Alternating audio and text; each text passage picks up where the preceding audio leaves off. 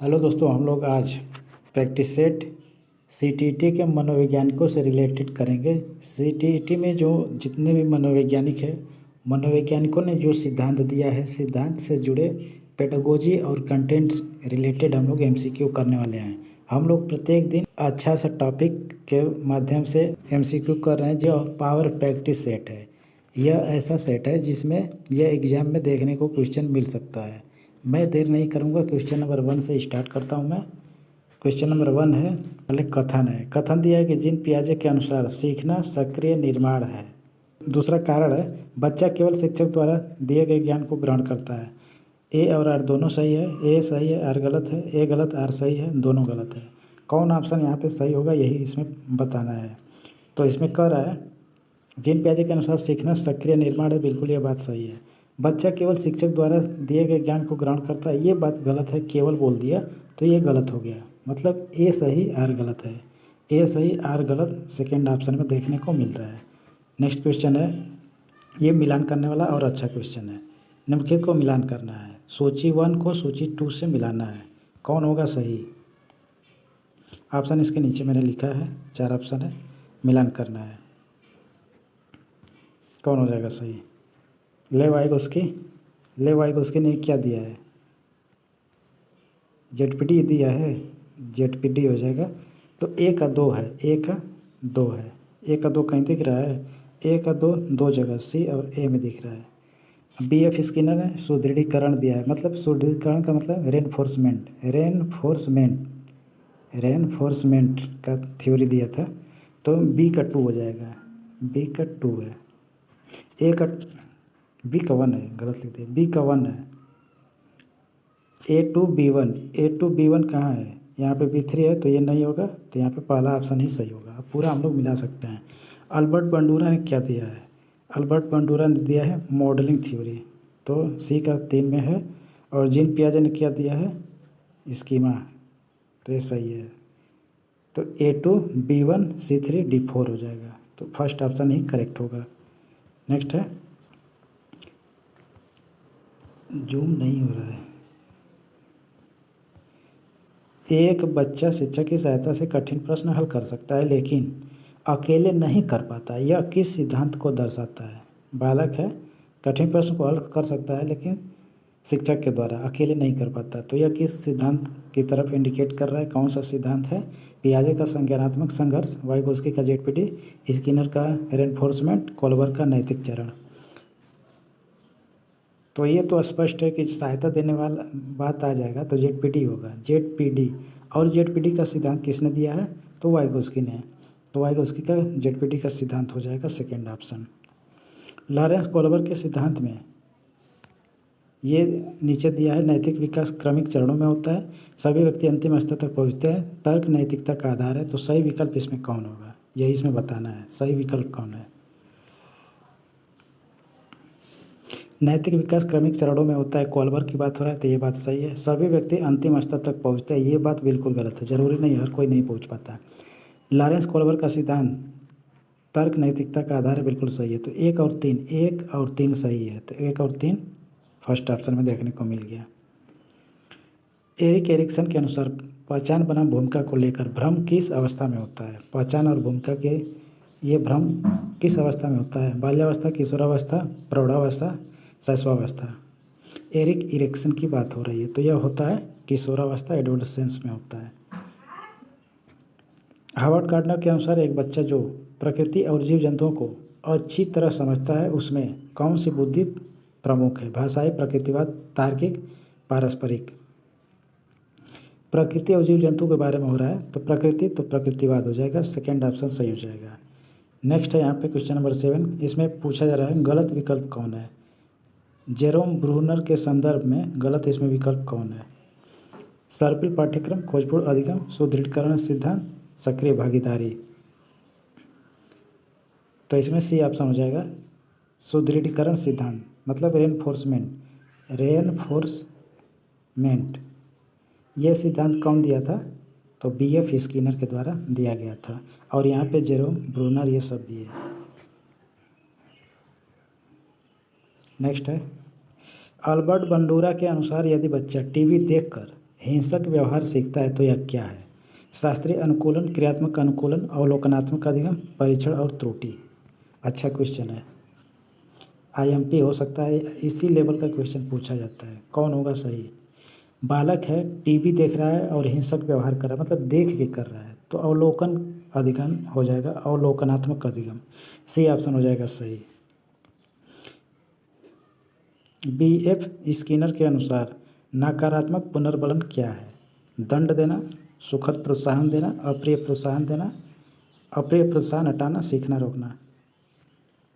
नकारात्मक पुनर्बलन क्यों दिया जाता है? इसलिए दिया जाता है कि बार बार वैसा मिस्टेक ना हो जो हो रहा हो।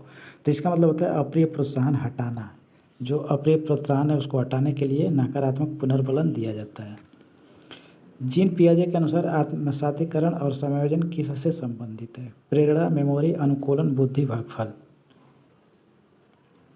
तो इसमें जीन पियाजे का जो आत्मीकरण और समायोजन, अकोमोडेशन, एसिमिलेशन, ये जो है ये अनुकूलन के अंतर्गत आता है, एडेप्टेशन के अंतर्गत ये दोनों आ जाता है। तो यहाँ पे सी ऑप्शन होगा सही। यहाँ पे मैच करना, मिलाना है। पियाजे, स्किनर, बंडूरा, वाइगोस्की, स्कीमा, पुनर्बलन, मॉडलिंग, ZPD। कौन सा सिद्धांत कौन दिया, यही मिलाना है। तो पियाजे ने कौन सा सिद्धांत दिया था? स्कीमा। तो ए का मतलब यहाँ पे ए का 1 दिया, ठीक है। बी का क्या है? बी का स्किनर ने क्या दिया था? पुनर्बलन, ये सही है। पंडोरा, मॉडलिंग, सी का 3 जैसे है बिल्कुल सही दिया है। डी का 4 है।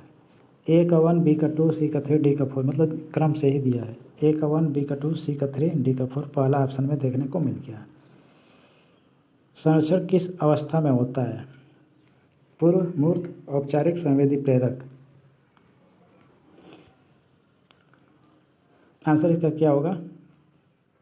पूर्व होगा, मूर्त होगा, औपचारिक, संवेदी। तो ये होगा तीसरी अवस्था, मूर्त। मूर्त संक्रियात्मक अवस्था में ये सब होता है संरक्षण। नकारात्मक पुनर्बलन क्या है? ऑप्शन थोड़ा इधर उधर हो गया है पर कोई दिक्कत नहीं है। दंड है, अप्रियता दूर करना है, पुरस्कार है, अनदेखी करना है। नकारात्मक पुनर्बलन क्या है? तो अप्रियता दूर करना होता है। अभी हम लोग इसी एक क्वेश्चन था ऐसा। ZPD का सही अर्थ क्या है? ज्ञात ज्ञान, अज्ञात, सहायता क्षेत्र, बुद्धि। ZPD में हेल्प की बात होती है हमेशा, तो यहाँ पे सहायता क्षेत्र होता है। नैतिक तर्क किसका है? बहुत आसान क्वेश्चन है। नैतिक तर्क, तर्कड़ा की भावना, मतलब तर्क की बात किस पे कौन दिया है? तो ये दिया है कोहलबर्ग। पहचान बनाम भूमिका को लेकर भ्रम, बचपन, किशोरावस्था, वयस्क, वृद्धावस्था, किस अवस्था में होता है? तो ये किशोरावस्था में होता है।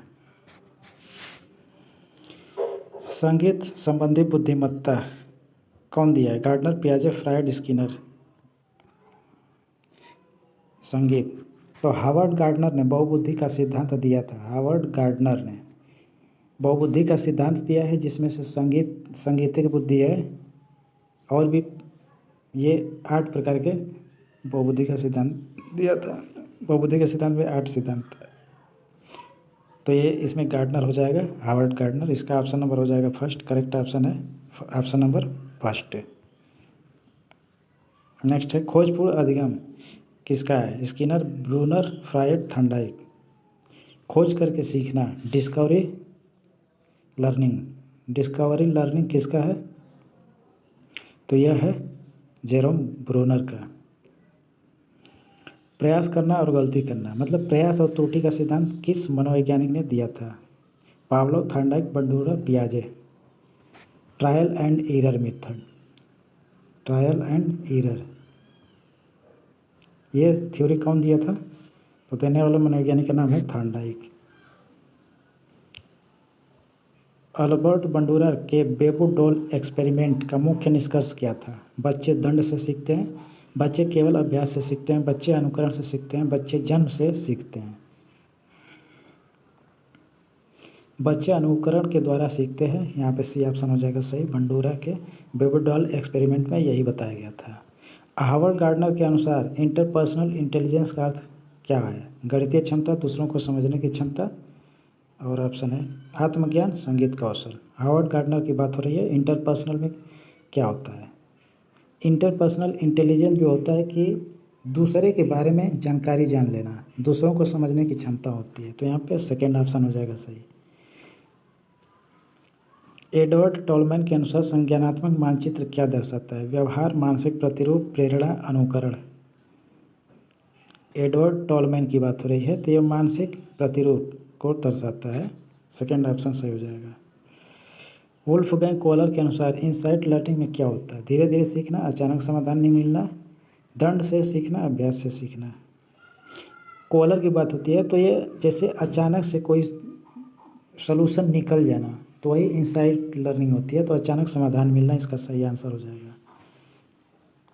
जेरोम ब्रूनर के अनुसार सर्पिल पाठ्यक्रम का क्या अर्थ है?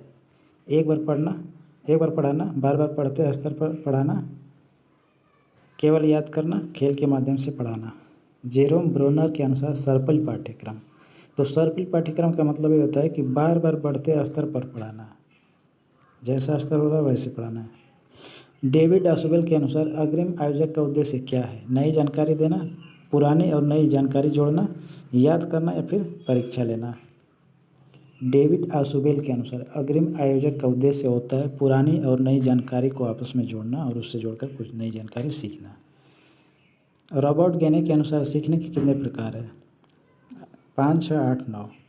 गैने के अनुसार कितने प्रकार से सीखा जा सकता है? तो 8 प्रकार से सीखा जा सकता है। कार्ल रोजर्स के अनुसार सीखने का सबसे महत्वपूर्ण तत्व क्या है? शिक्षक, छात्र का अनुभव, पाठ्यक्रम, परीक्षा। कार्ल रोजर्स की बात कर रहा है तो छात्र के अनुभव के द्वारा इसका सही आंसर हो जाएगा। एक बच्चा कहता है मैं चोरी नहीं करूंगा क्योंकि मुझे सज़ा दी जाएगी। यह किस स्तर का प्रारूप है? पूर्व पारंपरिक, पारंपरिक, उत्तर पारंपरिक, नैतिक, यथार्थवाद। आंसर इसका हो जाएगा पूर्व पारंपरिक अवस्था। नेक्स्ट क्वेश्चन है, एक किशोर अपनी पहचान को लेकर भ्रमित है और खुद को इशारा करने की कोशिश कर रहा है। यह किस मूल का प्रारूप है? विश्वास बनाम अविश्वास, पहल बनाम अपराध, पहचान बनाम भूमिका भ्रम, उद्योग बनाम हीनता। कौन इसमें सही है? इसका आंसर हो जाएगा पहचान बनाम भूमिका भ्रम। यह एक प्रकार का भ्रम होता है। और लास्ट क्वेश्चन है आज के वीडियो का। एक शिक्षक ने देखा कि एक बच्चा अकेले गणित का प्रश्न हल नहीं कर पा रहा था, लेकिन शिक्षक की मदद से वह आसानी से हल कर सका। यह कौन सा सिद्धांत है? कंडीशनिंग, अंतर्दृष्टि, जेडपीटी, परीक्षण त्रुटि विधि। आसान सवाल है, यह जेडपीटी है। तो बस इतना ही था आज के लिए। अब हम लोग इसके बाद एक बहुत अच्छा पेडागोजी का मैं एक वीडियो लाऊंगा, जिसमें पेडागोजी वह एक वीडियो देख लेने पर, बस एक वीडियो, उसी वीडियो को बढ़िया से समझते हुए देख लेने पर ही पेडागोजी बहुत अच्छा से आने लगेगा। पेडागोजी में इंटरेस्ट हो जाएगा, अच्छा नंबर आ जाएगा सीटीटी में। 2 वीडियो होगा, एक थ्योरी का होगा, एक थ्योरी प्लस सेकेंड वीडियो जो रहेगा एमसीक्यू का रहेगा। तो बहुत मज़ा आने वाला है। तो बस इतना ही था आज के लिए।